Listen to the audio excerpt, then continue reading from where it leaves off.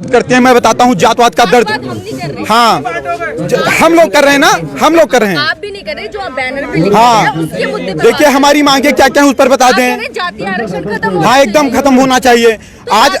हाँ हाँ, बस एकदम उसी पर बता रहे हैं आपको, उसी पर बता रहे हैं। क्या टाइटल लगा, एक सेकंड हम बोलने दीजिए ना बीच में। क्या टाइटल लगाना जातवाद है? अगर टाइटल लगाना जातवाद है तो पासवान भी लगाते हैं, यादव भी लगाते हैं, वर्मा भी लगाते हैं, शर्मा भी लगाते हैं, तिवारी भी लगाते हैं, मिश्रा भी लगाते हैं, पाड़े भी लगाते हैं। ये जातवाद नहीं है। आज एक तरफ हमारा अगर निमंत्रण होता है, भोजन करने के लिए जाते हैं बफर सिस्टम में, भोजन किसने बनाया क्या पूछते हैं, हमारे बगल में किसने रोटी उठाई क्या पूछते हैं, हम साथ में भोजन करते हैं, किसी की जात नहीं पूछते।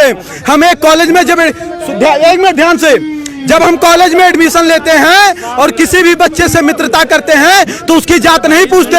एक चाय की दुकान पर जाते हैं, चाय वाले से चाय लेते हैं, उसकी जात नहीं पूछते। समोसे से समोसा लेते हैं, जात नहीं पूछते। सब्जी वाले से सब्जी लेते हैं, जात नहीं पूछते। लेकिन जब हम सरकारी काउंटर पर फार्म भरने जाते हैं तो हमारी जात पूछी जाती है। हम पाड़े हैं तो 500 देंगे और हम पासवान हैं तो 50 रुपया देंगे, फिर चाहे पापा देंगे, फिर चाहे पासवान रामविलास पासवान का लड़का हो और फिर पांडे चाहे मनरेगा में काम करने वाले का लड़का हो। जातवाद कौन कर रहा है? एक पूछना है तो पूछिए, आप पूछिए प्रश्न। क्या बेनिफिट होगा अगर ये खत्म हो जाएगा? देखिए, बाबा साहब अंबेडकर ने कहा 10 साल के लिए रिजर्वेशन होना चाहिए। इस देश के चंद गद्दार नेता आज क्या कह रहे हैं कि आज 70 साल बाद बाबा साहब भी आ जाएंगे लेकिन आरक्षण नहीं खत्म होने देंगे। तो क्या वो बाबा साहब के सिद्धांत पर चल रहे हैं? कभी पाड़े, तिवारी, मिश्रा, ठाकुर साहब, अग्रवाल, बनिया को नहीं देखा होगा कि वह दलित समाज को जात के आधार पर गाली दे। आप मुझे बताइए, भारत समानता का अधिकार देता है सबको, फिर भी वो जात के आधार पर पंडित जी बभनवा ठकुरवा कह करके 500 गाली दे, उनके खिलाफ कोई कानून नहीं है। उनकी बकरी हमारे खेत में चली जाए, हमको डांट दे, जात सूचक शब्द के तहत जेल में हमको डलवा देंगे। ये हमारे साथ अन्याय है या न्याय है? अन्याय हमारे साथ कौन कर रहा है? आज कानून बनाए जाते हैं कि किसी दलित लड़की का आप गलत दृष्टि से पीछा करते हैं, किसी दलित लड़की का आप गलत दृष्टि से पीछा करते हैं तो आपके ऊपर कम से कम 1 लाख रुपए जुर्माना लगेगा, आपके ऊपर हर्जन एक्ट भी लगेगा। लड़की सामने जा रही है, हमें क्या पता कि वो दलित है कि सवर्ण है। दूसरी बात, अगर कोई सवर्ण लड़की का गलत दृष्टि से पीछा करता तो उसके खिलाफ ऐसा कानून क्यों नहीं होना चाहिए? यह भेदभाव हो रहा है कि नहीं हो रहा है? आज मैं स्वयं 8वीं क्लास में पढ़ता था, मैं 1.5 साल का था, तभी हमारे पिताजी खत्म हो गए थे। 300 रुपया फीस जमा करना था, गुरुजी ने कहा बेटा नहीं जमा करोगे नाम काट देंगे। हमें फीस जमा करना था।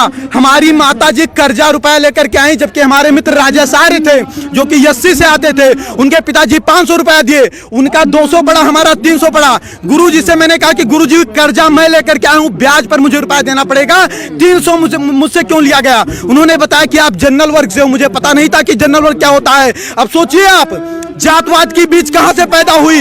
हम उस आर्य के साथ बैठते थे, भोजन करते थे, खाना खाते थे, साथ में पढ़ने जाते थे।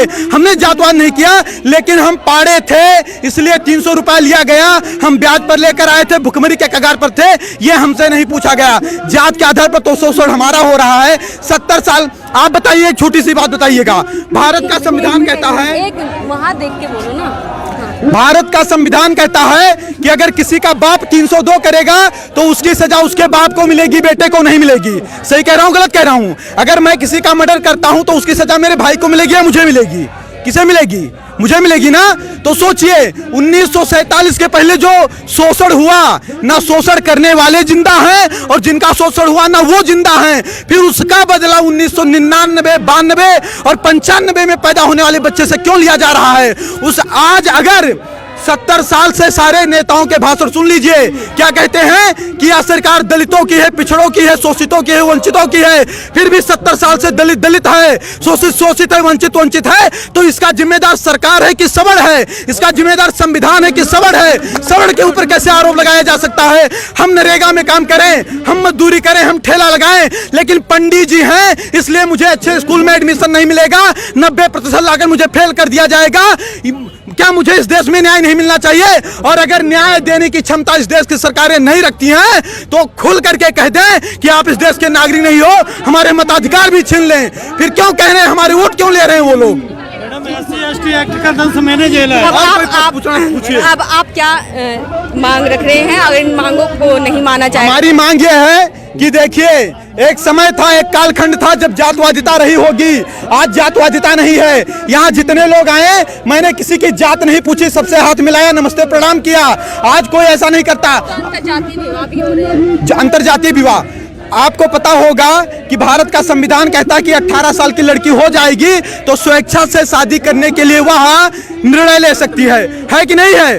तो अब शादी अंतरजातीय करना है कि जातीय करना है, वो लड़कियों के ऊपर निर्भर है। बाप उस पर दबाव नहीं बना सकता है, उस पर आप हम पर भी प्रेशर नहीं बना सकती हैं। और आपको बता दूं, अगर अंतरजातीय शादी करने से जातवाद खत्म होता तो अम्बेडकर की वाइफ भी ब्राह्मण थी, वो क्यों नहीं ब्राह्मण हो गए अम्बेडकर जी? वो दलित के दलित क्यों रह गए? रामविलास पासवान ब्राह्मण क्यों नहीं हो गए? वो दलित के दलित क्यों हैं? ये चंद लोग मलाई काट रहे हैं। आज गांव का गरीब दलित गोबर और मिट्टी में पड़ा है और दलित का मुद्दा उठाने वाले लोग मर्सिडीज से चल रहे हैं। उसके बाद उनका शोषण वो करते हैं। 22.5% दलितों का रिजर्वेशन, क्या उसमें कोई सवर जा सकता है? नहीं जा सकता। उसका लाभ कौन ले रहा है? दलित ही तो ले रहा है। अगर कहीं पर आरक्षित सीट आती है तो वहां चुनाव कौन लड़ेगा? दलित ही तो लड़ेगा, सवर तो लड़ नहीं पाएगा। फिर उनका अधिकार कौन खा रहा है? 56,000 करोड़ अनुसूचित जात के लिए और 39,000 करोड़ अनुसूचित जनजात के लिए ये जात के आधार पर बजट है। अगर जात के आधार पर ये बजट आए तो उन्हीं के जात के लोग खाए कि हम लोग खा लिए? फिर आरोप हमारे ऊपर कैसे लगाया जा रहा है कि हम उनका शोषण कर रहे हैं? ठीक है, और कोई बात हो तो बताइए। हम ये बताना चाहते हैं, देखिए हमारी सरकार से, देखिए हम इस देश के नागरिक हैं। हमने कभी तोड़ फोड़ नहीं किया, हमने कभी किसी का विरोध नहीं किया। हमने, एक सेकंड बोलने नहीं दीजिए ना, 1 मिनट रुक जाइए, 1 मिनट रुक जाइए, कुछ बोलने दीजिए ना। हमने कभी सरकार के खिलाफ आवाज नहीं उठाई, हमने कभी तोड़ फोड़ नहीं किया, हमने बस नहीं जलाए, हमने ट्रेन नहीं फूकी। हमारी मांग हमेशा शांति से रही है। बाप दादा देश के लिए, धर्म के लिए लड़ते लड़ते मर गए, उनके बच्चे आज सिस्टम से लड़ करके मर रहे हैं। 2 लाख ब्राह्मणों के जनेऊ तोड़वा दिए गए, गर्दनें कटवा दी गई। 12-12 साल के राजपूत बच्चे, उनकी माएं तिलक लगा करके युद्ध क्षेत्र में भेज देती थी, तब हमारा धर्म बचा। हम देश और धर्म के लिए लड़ते लड़ते मर गए, हमारे बाप दादा मर गए, आज हम सिस्टम से लड़कर मर रहे हैं। क्या इसीलिए लड़कर मरे थे? हमारी मांग है कि राष्ट्रीय स्वर्ण आयोग का गठन हो, सभी में गरीबी होती है, जात के आधार पर आरक्षण न होकर आर्थिक आधार पर दीजिए, और SC/ST एक्ट में जांच की व्यवस्था हो। क्योंकि अगर हमें अधिकार नहीं है जात सूचक शब्द के तहत किसी दलित को गाली देने की, तो किसी दलित को भी अधिकार नहीं होना चाहिए कि जात सूचक शब्द के तहत हमें गाली दें। बार बार कहते हैं 5000 वर्ष से शोषण किए हो, तुम यूरेशिया से आए हो, यूरेशिया चले जाओ। क्या इनके बाप का देश है? अगर इनके बाप का देश है तो मंगल पांडे जब गोली चला रहे थे तब कहां चले गए थे लोग? कहां चले गए थे लोग? सपोर्ट कर दिया, आना नहीं पड़ता यहाँ। और कोई बात होगी तो बताइएगा, हम अपने मुद्दे पर तटस्थ हैं, और अगर कहीं किसी को समस्या होगी तुरंत बताइए। तो आपने देखा यहाँ पर जो है आरक्षण जो है जातिगत आरक्षण नहीं होना चाहिए, यहाँ पे मांग की जा रही है। नई दिल्ली के जंतर मंतर पर तमाम लोग आकर के यही कह रहे हैं कि जातिगत आरक्षण नहीं होना चाहिए, और SC/ST एक्ट जो लगाया गया है, जो बनाया गया है, इसमें सुधार होना चाहिए। क्यों है कि इन सब चीज़ों को जो है सरकार इस पे सुनवाई करे, इस पे संज्ञान ले, जो ये मांग रहे हैं। और जेठेरी जी जो है रामलीला मैदान में, उनका आमरण अनशन चलता रहेगा। जो इनकी मांगे हैं वह पूरी होनी चाहिए। इन्हीं मांगों के